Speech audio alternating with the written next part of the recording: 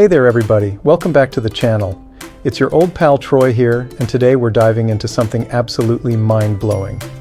Uluru. You might know it as Ayers Rock, that massive red rock just chilling in the middle of the Australian desert, looking like some alien dropped it there as a cosmic prank. Ever wondered why it's so red, how it got there, or why the locals call it the heart of the earth? Well, buckle up, because today I'm taking you on a wild ride to explore this mysterious giant. It's going to be fun, it's going to be real, and you'll walk away knowing a ton more than you do now. First off, let's figure out where Uluru even is. Picture this. Australia's a massive place, 7.7 million square kilometers, but only 26 million people. That's like giving every person their own private chunk of land the size of a small town. Crazy, right? Now, Uluru's smack dab in the middle of it all, in the southern part of the Northern Territory, about 335 kilometers from the nearest big town, Alice Springs. That's a 4-hour drive through nothing but red desert, flat as a pancake, until bam! Out of nowhere, this giant rock pops up. It's 348 meters tall, 9.4 kilometers around, and covers 3.6 square kilometers. Doesn't it look like the Earth just grew a giant red zit? Oh, by the way, fun fact, Uluru isn't actually the biggest single rock in the world. Oh, I know everyone thinks it is, but there's this other guy in Western Australia called Mount Augustus that's over twice as big. Thing is, Mount Augustus doesn't have that holy cow, what is that? Wow factor Uluru does. Uluru's the kind of rock that stops you in your tracks and makes you go, whoa, what kind of wizardry is this? Alright, that's where it starts. Now let's dig into how it got here. Rust, rocks, and a 500 million year glow up. So, how did Uluru come to be? First, I've got a question for you. Do you think this rock fell from the sky or grew out of the ground? Go ahead, laugh. I'm serious. Even scientists haven't totally cracked this one. There are two main theories. The first one's from the geologists. They say Uluru formed over 500 million years ago. Back then, Central Australia was an ocean, and layers of sandstone piled up on the seafloor. Then the Earth's crust went nuts, squishing and lifting it all up, and after millions of years of wind and rain, ta-da! Uluru! The second theory is a bit wilder. We'll get to that soon. For now, let's geek out on the science. Uluru's made of sandstone packed with iron. Yep, the same stuff in your frying pan. When iron hits the air, it oxidizes and turns red. So that iconic red color, it's basically rust. Haha, doesn't that make Uluru sound like a giant rusty lump? But here's the kicker. It's not just red on the outside, it's red all the way through. Geologists drilled into it and found the whole thing's loaded with iron oxide. Oh, and get this. Uluru's not just sitting there. It's like an iceberg.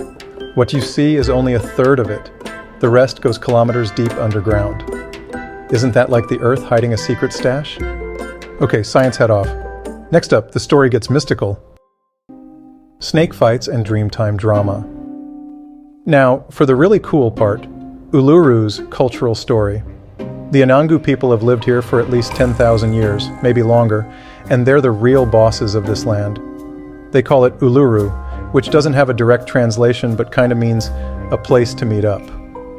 To them, Uluru's a sacred spot, created during the Dreamtime. That's their origin story. When creator beings roamed the earth, shaping mountains, rivers, and everything else, leaving behind epic tales. Here's one of my favorites. The Anangu say that long ago, two snake people got into a massive fight near Uluru. There was Kunya, a mama python, and Liru, a venomous snake. Why the beef? Liru killed Kunya's nephew, and she was not having it. She chased him all the way to Uluru, and in a showdown straight out of a blockbuster, she slashed the ground with her power and took Liru down. Those cracks and grooves you see on Uluru today? They say that's the battle scars from their clash. How's that for a natural action movie? Oh, quick thought. Don't you love how humans everywhere make up stories for stuff like this? In China, we've got Pangu splitting the heavens and earth. Greece has Zeus throwing lightning at titans. And here in Australia, it's snake people duking it out. Seems like no matter where you go, people's imaginations are running wild enough to fill a galaxy. Time to switch gears. Let's talk about how Uluru looks. Nature's runway. Uluru's color-changing catwalk. Let's talk about Uluru's most jaw-dropping trick. Its color changes. You've probably seen postcards. It's like the rocks putting on a fashion show all day long.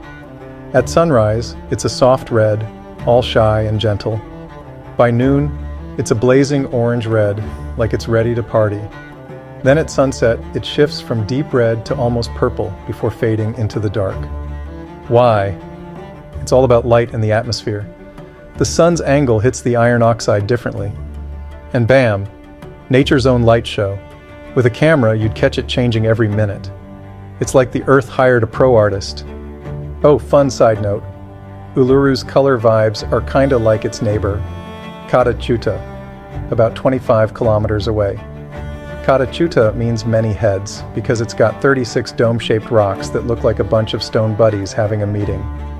Both spots are in the Uluru Kata Chuta National Park, a UNESCO World Heritage Site since 1987 for nature and culture. Gotta hand it to Australia. They know how to package a view. Next, let's hit the road and visit it ourselves. Desert drives and fly-filled fiascos. Now let me paint you a picture of visiting Uluru. Imagine flying into Alice Springs, then driving 4 hours through Red Desert, with the occasional kangaroo hopping by to say hi. When you finally spot Uluru, it's like, wow, this can't be real. It's just there, all alone, towering over the flatness like a silent giant. I went once at sunset. The rock turned deep red, the sky had this purple glow, and the wind was so quiet you could hear your own thoughts. Time just stops. But heads up, it's not all magic. Summer there is hot, 40-degree plus. And the flies? Oh man, they're everywhere, buzzing around like you're their VIP. I wore one of those goofy flynet hats looking like a beekeeper and still got bitten.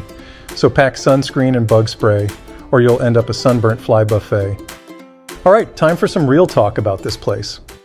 To climb or not to climb? The Holy Rock debate. Speaking of visiting, let's hit a hot topic.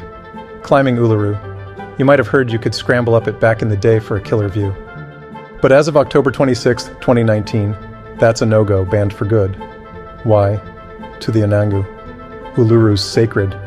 Climbing it is like tap dancing on their altar. Plus, it's dangerous. Since the 1950s, at least 35 people died falling off. It's steep. It's slippery. Why risk it for a selfie? Now you just stroll around the base, soaking in the awe without ticking anyone off. Oh, and Uluru's name has a backstory. It used to be called Ayers Rock, named in 1873 by a European explorer after some South Australian bigwig, Henry Ayers. But in 2002, the government flipped it to Uluru Ayers Rock, putting the Anangu name first as a nod to their culture. These days, the Anangu co-manage the park with the government. Pretty cool balance of preservation and tourism, right? Now let's get weird with it. Aliens, beacons, and a rock from outer space? All right, time for a crazy thought. What if Uluru's an alien artifact? It's just sitting there all weird and lonely, changing colors like a signal beacon. What if extraterrestrials dropped it here 500 million years ago as a marker, waiting to swing back and pick it up? I know, total sci-fi, but stand in front of it and you'll feel like it's got some otherworldly vibes. Let's wrap this up with some final thoughts. Heart of the Earth. Why Uluru stays with you. And that's it for today. Uluru is a geological wonder, a cultural gem. Whether you're into science or legends, it's got something to blow your mind. Next time you're in Australia, go check it out. Stand there, feel the Earth's heartbeat. What did you think of this one? Any part hit you hard? Drop it in the comments. If you enjoyed it, smash that like button, subscribe, and I'll catch you in the next one. See ya!